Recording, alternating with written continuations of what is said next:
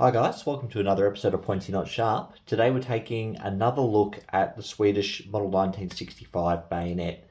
Now, I've done a previous video on these. Previously I had only a single ceremonial one, and since filming that video, a lot of the information that I presented has been debunked, and it came from a pretty reputable website at the time, but now it appears to be incorrect, so I'm going to update the description of that video and set the facts straight today.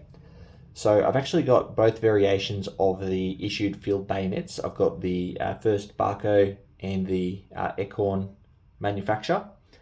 Now, if you're unfamiliar, these bayonets were made for the AK4, which was essentially a G3 in Swedish service, and they're essentially just G3 bayonets. There's very little differences between these and a German one. Now, I'll get the later Eorn out of the way, and we'll start with the Barco. So Barco was a Swedish company. I think it's Bernd August Hort and Co. And they produced these bayonets from 1967 to 1968. Previously, they said they produced them all the way up to like 1980. Not the case, only 2 years of production. And we know that based upon the dates on the actual blades. Now, these bayonets are unique because, well, they have a Durafol scabbard, which is not terribly unique for the period.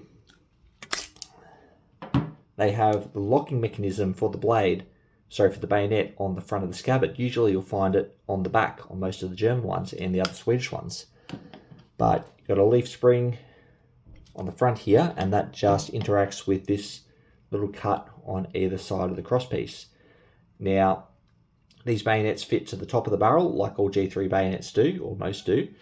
And the blade faces down, which is normal for most G3s. A couple of them have them facing up. I think that's only Norway though, so definitely not the majority.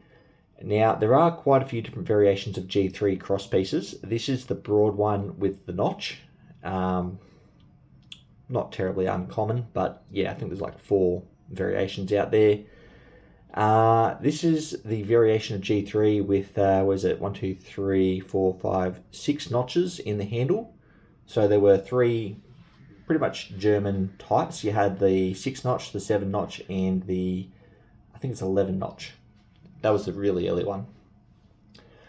Now, moving down to our pommel here, all the G3 bayonets have the press buttons on different places, and they're referred to by their position as if it were a clock. So this is like a 2 o'clock position just here, which is, you know, typical for Sweden. They had all of theirs there, but they only had the one model of bayonet. So that's the bayonet. As I said, just a plain old Durafol scabbard, very common. This one's cool. It's got a 13 on the back, which is probably a rack number or something like that. And of interest, the frogs do not have an M10 wire hanger, so they're only a belt loop system. Now we'll jump into the markings, and that's what we really want to talk about here.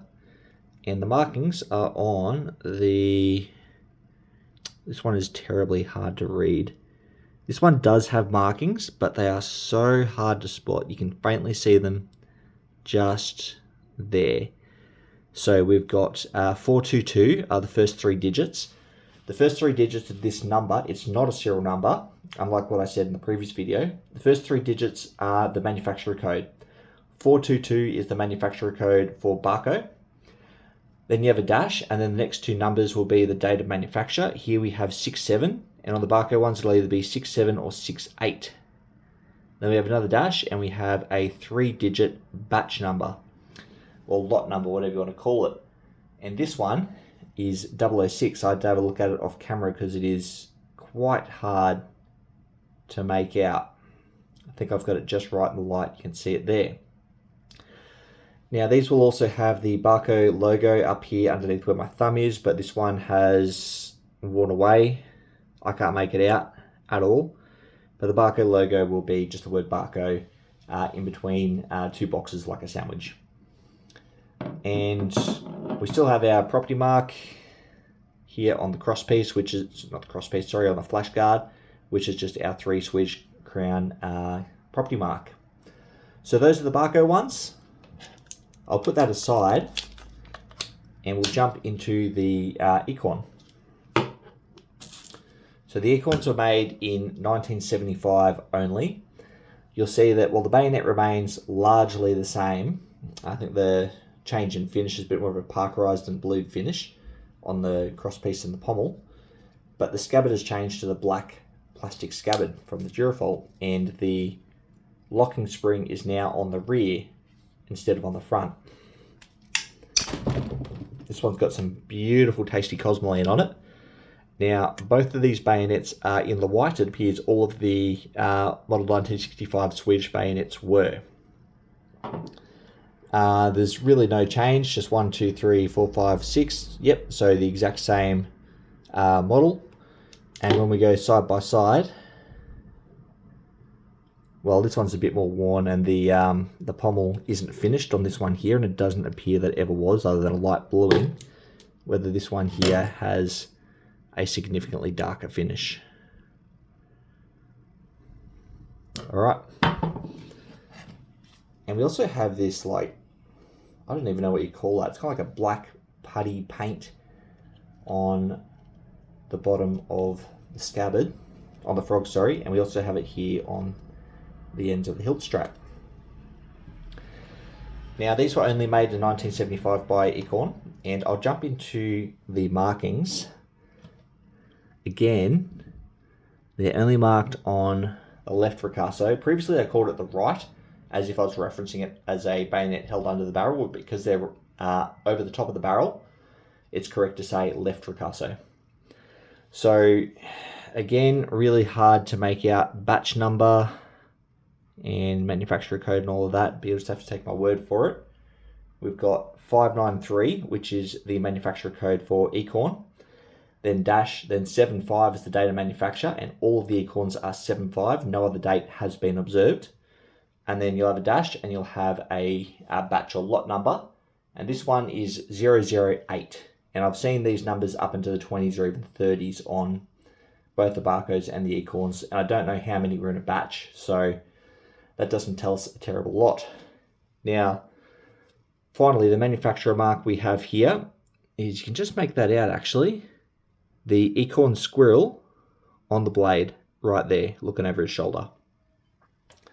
As with the other one, we have the same 3 crowns, the property mark, and they're a slightly different style, but pretty much the same. Now, I'll put that disgusting bayonet away, and we'll get to the last point of the video. Previously, I made mention of the AK4 adapter. So they replaced these bayonets with the AK4, and it's just an FNC essentially, made in Sweden. And a small number of those, for ceremonial purposes, came with adapters, and I managed to get my hands on one because the AK4 didn't take a bayonet. So for ceremonial purposes, 400 of these adapters was made up by Vapenfabrik, a Swedish company. And it's a very simple block system where the top hole is for the barrel, the bottom hole is for the bayonet, and we just have a lip running around there for the bayonet to engage in. And I'll take the non-gross one out and show you how it works. You just plug it in like that. This one, full disclosure, has a broken lug. I forgot about that. So I should probably get the gross one out so it can actually lock in place. So you press your button and she locks in place like that. It's a really tight fit. So obviously you'd have your barrel going through here. These mount underneath the barrel instead of over on the AK4. So just sit on your muzzle like that. Obviously these blocks are installed, oh that's really tight, on the barrel with these 2 screws. It's a split block and just clamps around the barrel. I'll have to loosen these to get this out. I'll do that off camera. Now 400 of these were made, and the manufacturer's website says that they were numbered and marked. Now this one is not numbered and marked, so I'm wondering if maybe the first 400 that were made by that manufacturer were, and then this is an additional one made, because the initial ones were probably made 45 years ago, potentially. I don't know when the AK4 came into service, I can't remember. Maybe it's the 90s, but potentially a very long time ago, and I wouldn't be surprised if they've had more made up since then. And I bought this one on the surplus market, so they probably released them at some point. And I believe the AK4 these days does take a bayonet. I think they use the KCB 77 or that style of bayonet with the AK4 now. Now, that's all I've really got to say about these. A little bit of an update. I've tried to correct some of the mistakes I made in that previous video. There's a lot of websites and books out there on Scandinavian bayonets in general. For the most part, it's really good, but there are a couple of bits and pieces with some pretty dodgy information in there. I've fallen victim into that. If I've made any further mistakes in this video, please feel free to correct me down in the comments. I'd love to hear from you, and thanks for watching.